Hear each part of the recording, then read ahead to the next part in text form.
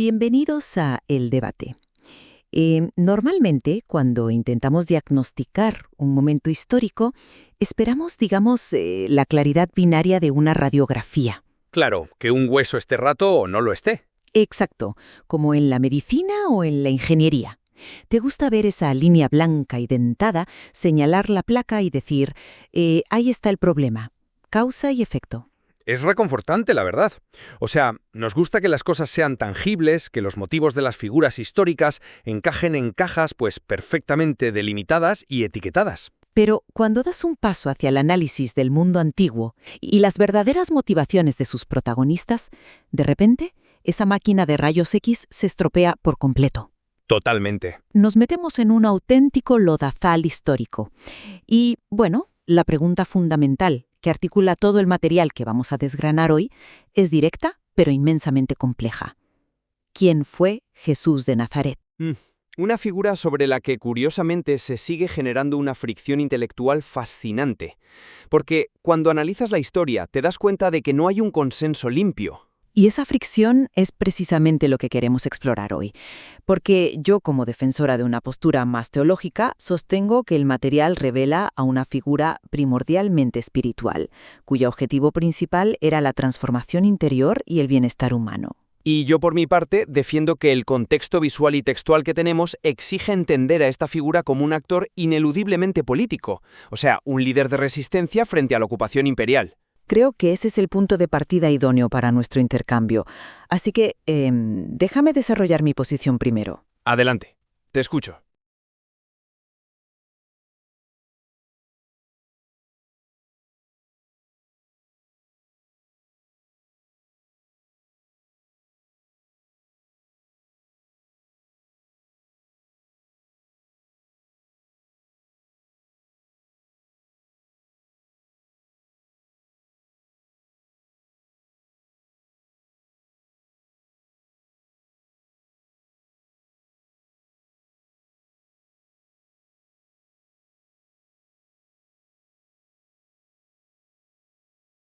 A ver, creo que el peso de la intención original recae en esa transformación teológica que mencionaba.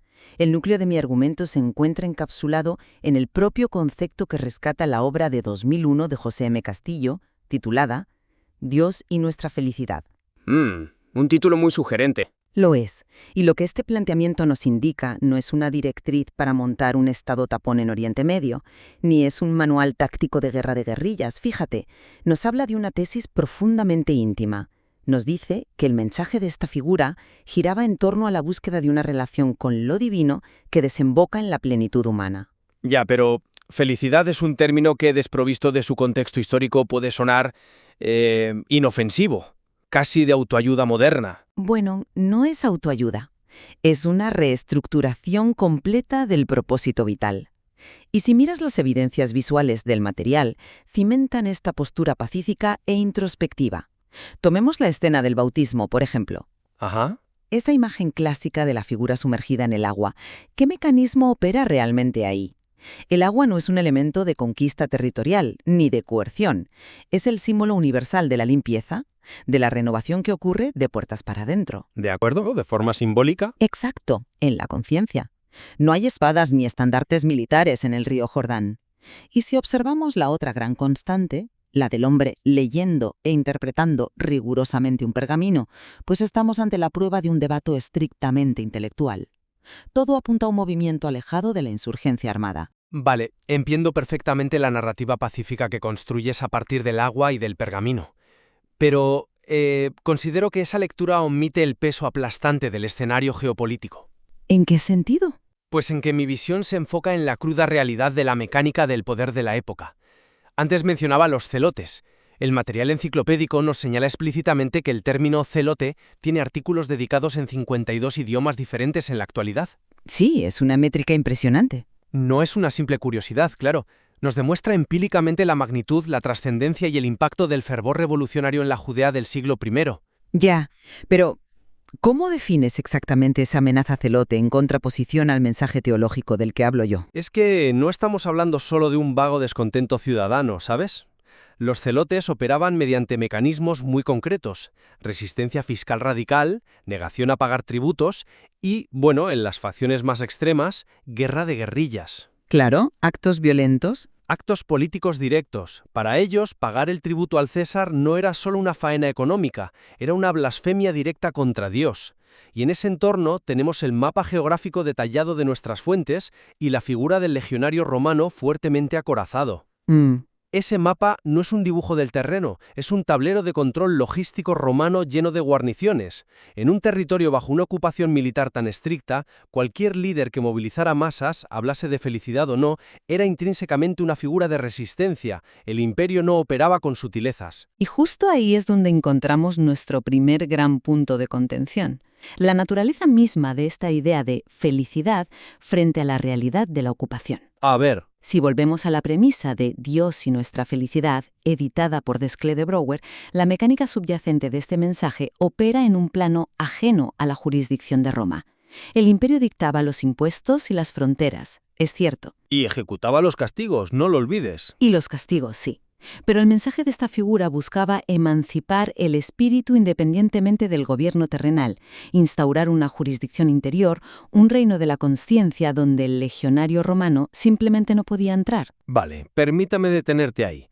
Porque ese argumento hace aguas por todas partes si nos ceñimos a la mentalidad de la época. ¿Por qué lo dices? Porque separar la felicidad espiritual de la libertad física en esa geografía dominada por legiones, o afirmar que existe una jurisdicción interior ajena a lo sociopolítico, es aplicar un filtro moderno, es casi un filtro de la Ilustración aplicada a una realidad antigua. Entiendo tu reparo, pero la interioridad humana siempre ha existido, no es un invento ilustrado. La interioridad sí, pero la separación entre Iglesia y Estado no. En el mundo antiguo esa división es impensable. El emperador romano no era solo un jefe de Estado. El material nos muestra esos imponentes bustos clásicos precisamente porque el César reclamaba títulos divinos. Era el Hijo de Dios oficial. Exacto, en la propaganda imperial.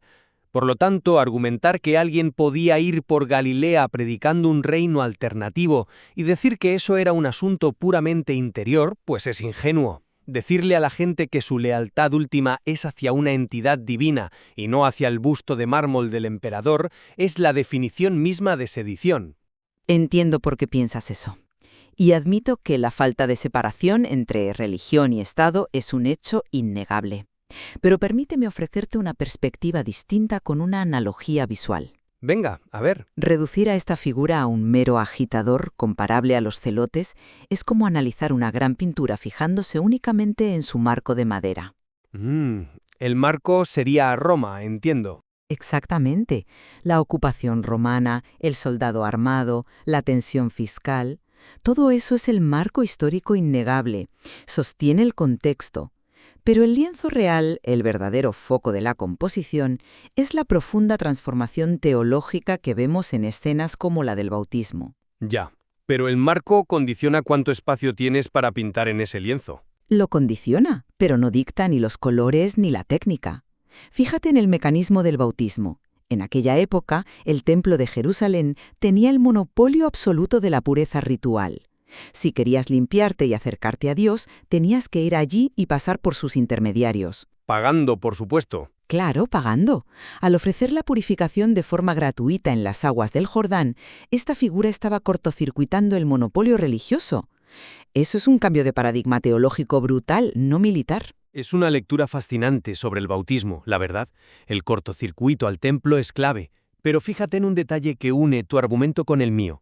¿Quién controlaba el templo en ese momento? ¿Las élites religiosas locales? Sí, pero el templo de Jerusalén era el banco central de la nación y el principal aparato de colaboración política con Roma. Los sumos sacerdotes eran aristócratas mantenidos en el poder por los prefectos romanos para asegurar la recaudación. Bueno, sí. Así que cuando tú dices que democratiza el acceso a Dios en el Jordán y esquiva al templo, yo te digo, exacto, y al hacerlo está ejecutando un boicot económico y político masivo contra la estructura que sostiene a Roma. Es una huelga teológica que resquebraja el orden público. Oye, Me parece un puente argumental excelente y de hecho nos lleva directamente a nuestro segundo gran punto de contención, que gira en torno a leer y congregarse, religión o subversión. Para mí, subversión, sin duda. Has hablado de boicot y de resquebrajar el orden. Y aquí quiero introducir la otra gran constante visual del material. El hombre leyendo rigurosamente el pergamino. Tú describiste el entorno como un polvorín revolucionario, pero su herramienta principal no era el puñal, era el texto sagrado. Lo siento, pero no acabo de comprar ese argumento de la lectura inofensiva. Déjame explicarte por qué. El conocimiento y la reinterpretación de la ley en ese polvorín eran dinamita pura. Pero la intención es fundamentalmente distinta. Reinterpretar esos pergaminos no era redactar un panfleto militar. Y quiero hacer un paralelismo con el propio texto legal de nuestro material base. ¿A qué te refieres? Fíjate en la estricta advertencia de derechos de autor del Libro de Castillo de 2001. Menciona el Código Penal y la protección innegociable de la obra. Ese inmenso rigor para preservar un texto moderno refleja exactamente el valor que tenían en la antigüedad. Vale, veo por dónde vas. El hombre del pergamino está inmerso en ese mismo rigor interpretativo de la ley sagrada. Es una inmensa labor académica e identitaria. Su trinchera es intelectual, asegurándose de que la alianza con lo divino no sea asimilada por Roma. No está planeando una emboscada militar. Ya, la analogía del rigor de la propiedad intelectual es curiosa, pero olvida cómo percibía Roma a las multitudes. El acto de leer un pergamino en tu casa es una cosa, pero hacerlo frente a multitudes en un contexto de tensión extrema es otra muy distinta. Pero les hablaba de ética, no de tomar las armas. En la antigüedad, la narrativa cultural era el poder.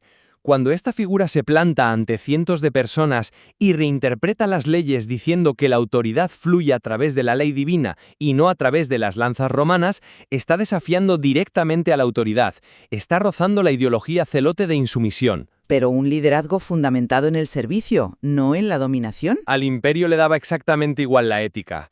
Eran paranoicos con las multitudes. Cualquier líder no autorizado que congregue masas y ofrezca una lealtad alternativa es una amenaza para la Pax Romana. Para un soldado romano, un rabino que moviliza a 5.000 personas es igual de peligroso que un general enemigo. A ver, te concedo que la sombra del imperio era ineludible. Y admito que la mera congregación de personas ponía nerviosos a los romanos. Obviamente, proponer otra fuente de autoridad pública, con la presencia del busto imperial forzando las cosas, iba a generar fricción. Exacto, porque su herramienta de gestión de crisis era la crucifixión, no el debate académico. Sin embargo, por mucho que el busto del emperador estuviera ahí, no podemos reducir toda la teología de este hombre a una mera reacción sociopolítica contra Roma. Su insistencia en la misericordia, la purificación interior en el agua o el estudio de los pergaminos, todo eso carece por completo de la sintaxis militar de los celotes. Su metodología era intrínsecamente pacífica, y creo que ese método de transmisión carecía de las armas literales de un soldado romano. Bueno, te concedo que la obsesión por preservar la doctrina exige una sofisticación intelectual que va a años luz del simple amotinamiento callejero de los celotes más extremistas. Es evidente que el método del agua y los pergaminos requiere una profundidad conceptual que trasciende el momento político. Sí, un paradigma moral propio. Claro, tiene razón en que carecía de las armas físicas de las legiones romanas y su legado ha sobrevivido milenios precisamente porque tenía sustancia teológica real. No era solo un panfleto antirromano con fecha de caducidad. Y creo que ese reconocimiento mutuo es perfecto para recapitular. Sintetizando mi postura sobre este material, considero que el motor original de este fenómeno descansa en el mensaje de Dios y nuestra felicidad. A través del bautismo y el estudio de los pergaminos, veo a una figura enfocada en la elevación del espíritu humano y la introspección. Y yo, recapitulando mi enfoque, sostengo que aislar esa brillantez teológica del ineludible contexto militar romano es un error. La maquinaria militar, el legionario, el mapa y el peso del concepto celote nos obligan a ver que el desafío al templo y la movilización de masas constituían un desafío político frontal a Roma. Lo fascinante es que ambos coincidimos en algo fundamental, y es que la pregunta de quién fue Jesús de Nazaret no puede responderse aislando al individuo de su entorno físico y político. Así es. La divergencia persiste en si el motor principal de su historia fue esa elevación teológica o la inevitable fricción sociopolítica con el Imperio Romano. Un debate que nos demuestra el inmenso valor de contemplar ambas perspectivas para apreciar la verdadera complejidad del material. No es una simple radiografía médica donde se ve el hueso roto o sano, ¿verdad? Totalmente. Las estructuras históricas del espíritu humano y el poder son tan complejas que se niegan a ser encasilladas. Pues así llegamos al final de la discusión. Como siempre, sugerimos a nuestra audiencia que los fragmentos textuales y las elocuentes imágenes históricas que hemos repasado ofrecen muchísimo más por explorar. Hay tela para rato. Muchísima. Así que os invitamos a formar vuestra propia conclusión sobre el peso relativo de la espiritualidad frente a la resistencia política en esta figura histórica. Gracias por acompañarnos y hasta el próximo análisis.